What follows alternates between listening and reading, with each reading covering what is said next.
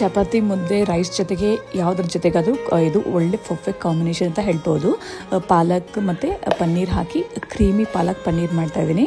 ತುಂಬಾ ಟೇಸ್ಟಿಯಾಗಿರುತ್ತೆ. ಇಲ್ಲಿ ಒಂದು ಪನ್ನೀರ್ನ ಬಂದು ನಾನು ಕ್ಯೂಬ್ಸ್ ಆಗಿ ಹಾಕ್ತಾ ಇಲ್ಲ. ಸೊ ಬನ್ನಿ ಯಾವ ಥರ ಮಾಡೋದು ಅಂತ ತೋರಿಸ್ತೀನಿ. ಸೊ ಒಂದು ಪ್ಯಾನ್ಗೆ ಸ್ವಲ್ಪ ಎಣ್ಣೆ ಹಾಕಿ ಸ್ವಲ್ಪ ಸಾಸಿವೆ ಮತ್ತು ಜೀರಿಗೆ ಹಾಕಿ ಒಗ್ಗರಣೆ ಹಾಕ್ಕೊಳ್ಬೇಕು.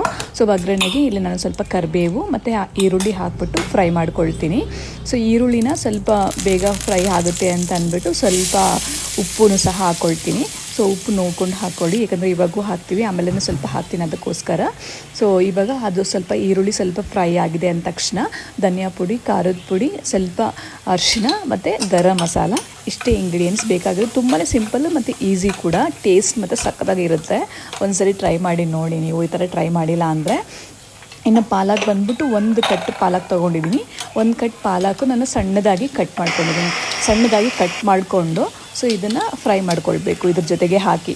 ಪಾಲಕು ಜಾಸ್ತಿ ಅಂತ ಅನಿಸುತ್ತೆ, ಫ್ರೈ ಆದಮೇಲೆ ಕಮ್ಮಿ ಆಗಿಬಿಡುತ್ತೆ, ಸೊಪ್ಪೆಲ್ಲ ಅಷ್ಟೇ ಅಲ್ವಾ.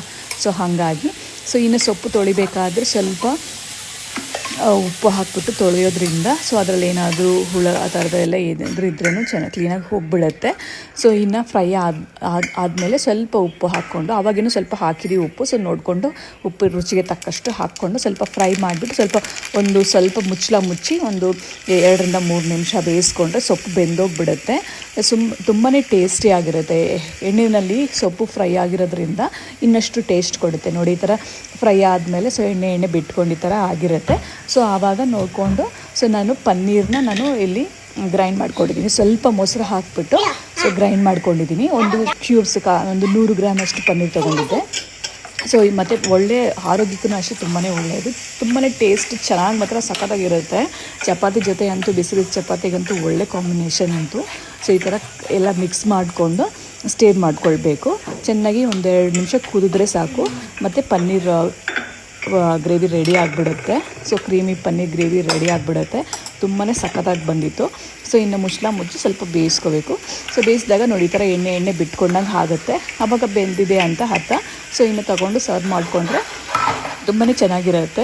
ರೈಸ್ ಜೊತೆಗೂ ತಿನ್ಬೋದು, ಮುದ್ದೆ ಜೊತೆಗೂ ತಿನ್ಬೋದು. ನಾನಿಲ್ಲಿ ಗಟ್ಟಿಯಾಗಿ ಮಾಡ್ಕೊಂಡಿದ್ದೀನಿ. ಸ್ವಲ್ಪ ಈ ಕನ್ಸಿಸ್ಟೆನ್ಸಿನಲ್ಲಿ ಇದ್ದರೆ ಎರಡಕ್ಕೂ ಆಗುತ್ತೆ, ರೈಸ್ಗೆ, ಮುದ್ದೆಗೆ ಮತ್ತು ಚಪಾತಿಗೆ 3ಕ್ಕೂ ಆಗುತ್ತೆ.